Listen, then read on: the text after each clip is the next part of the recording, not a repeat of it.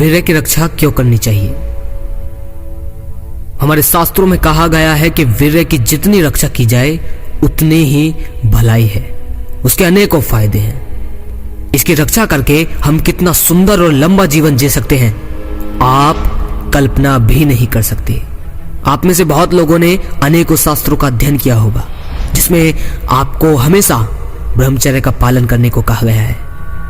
हमारे वेदों के अनुसार जीवन को 4 भागों में बांटा गया है: ब्रह्मचर्य आश्रम, गृहस्थ आश्रम, वानप्रस्थ आश्रम और संन्यास आश्रम। इन चारों आश्रमों में से सबसे महत्वपूर्ण आश्रम है ब्रह्मचर्य।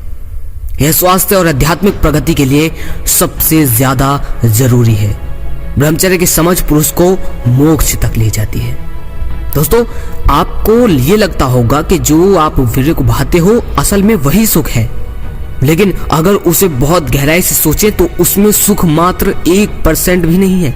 अगर 1% सुख है भी तो 99% वो दुख ही है और आपकी जिंदगी को तबाह करने वाला काम है। और ये बात आपको भी पता है। आप अपने अनुभव से नहीं सीखते, आप लोगों से सीखते हो, मुझसे सीखते हो। लेकिन मैं चाहता हूं कि आप मुझसे नहीं, आप अपने अनुभव से सीखें। ये बात आपको पता है कि जब आप वीर्य को बहाते हो तो आपका शरीर बिल्कुल शक्तिहीन हो जाता है, ताकत खत्म सी हो जाती है।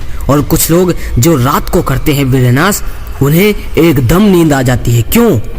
क्योंकि इसमें इतनी शक्ति, इतनी ऊर्जा खत्म होती है कि पूरे दिन का काम करने पर भी जितनी थकावट नहीं होती, उससे ज्यादा एक बार वीर्य की बर्बादी करने से होती है। I am right? तो जब आपको ये सब कुछ पता है और आपको पता है कि अब आपका किसी भी काम में मन नहीं लगता, परिवार में लड़ाई होती है, किसी के घर में परेशानियां हैं, इतने सारे दुख आप ढो रहे हो, और ये सब कुछ जानने के बाद भी आप अपने अनुभव से सीखने की बजाय हम जैसे लोगों की वीडियोस देख रहे हो। नहीं मेरे भाई, हम लोग आपके घर आपको बचाने वाले नहीं हैं। आपको अपने अनुभव से सीखना चाहिए।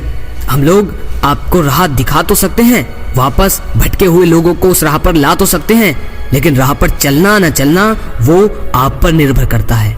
और मैं चाहता हूं कि आप सबसे ज्यादा अपने अनुभव से सीखें और बैठकर सोचें कि आखिर उस समय मुझे क्या हो जाता है, उस समय मैं ऐसा क्या करता हूं कि मैं उसमें तल्लीन हो जाता हूं, उस समय ऐसा क्या होता है कि मैं इतना भावुक होकर वीर्यनाश कर बैठता हूं। हर चीज को बहुत बारीकी से सोचो, तुम्हें सोचना पड़ेगा, क्योंकि जो नहीं सोचता वो लोग नहीं बदल पाते। ये मत सोचो कि कोई वीडियोस देखकर आप लोग बदल जाओगे। नहीं मेरे भाई, तुम्हें खुद के एक्सपीरियंस को समझना होगा, और जब आप अपनी गलतियों से सीखोगे तब आप खुद ब खुद बदल जाओगे। फिर आपको मुझ जैसे की वीडियोस देखने की जरूरत नहीं पड़ेगी।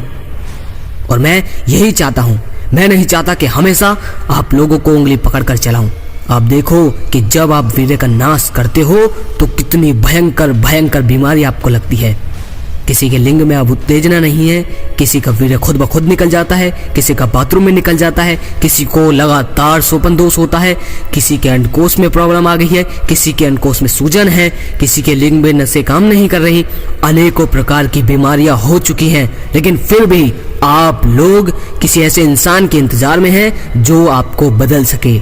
नहीं, ऐसा नहीं होगा मेरे भाई। जब मैं इस कामुकता में पहुंचा था तो मैंने किसी की राह नहीं देखी कि कोई मुझे आकर बदलेगा। नहीं, मैंने अपने अनुभव से सीखा। मैंने अध्यात्म को जानने की चाह अपने अंदर पैदा की।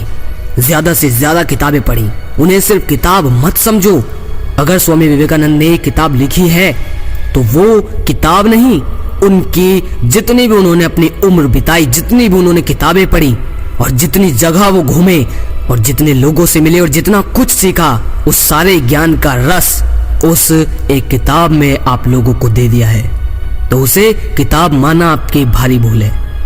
अध्यात्म को पढ़ो, भागवत की, और ऐसी ना जाने कितने शास्त्र, कितने वेद हैं जिन्हें आप पढ़कर इस कामुकता से निकल सकते हो। और सबसे जरूरी बात, ये कोई भी चीज नहीं निकाल सकती जब तक आप खुद के अनुभव से नहीं सीखते और आप खुद पर विश्वास नहीं करते। अपने आप को कमजोर मानना छोड़ दो और जल्द से जल्द इस कामुकता से निकलो। मैं आपके साथ हूं। अगर लगे शेयर करने लायक तो वीडियो को ज्यादा से ज्यादा लोगों तक फैलाइए मेरे भाइयों। मैं नहीं चाहता कि बाकी जो लोग किसी के राह देख रहे हैं वो अब और किसी और की राह देखें, नहीं। तो फैलाइए इस वीडियो को ज्यादा से ज्यादा लोगों तक। अगली वीडियो में फिर मिलते हैं। जय श्री कृष्णा।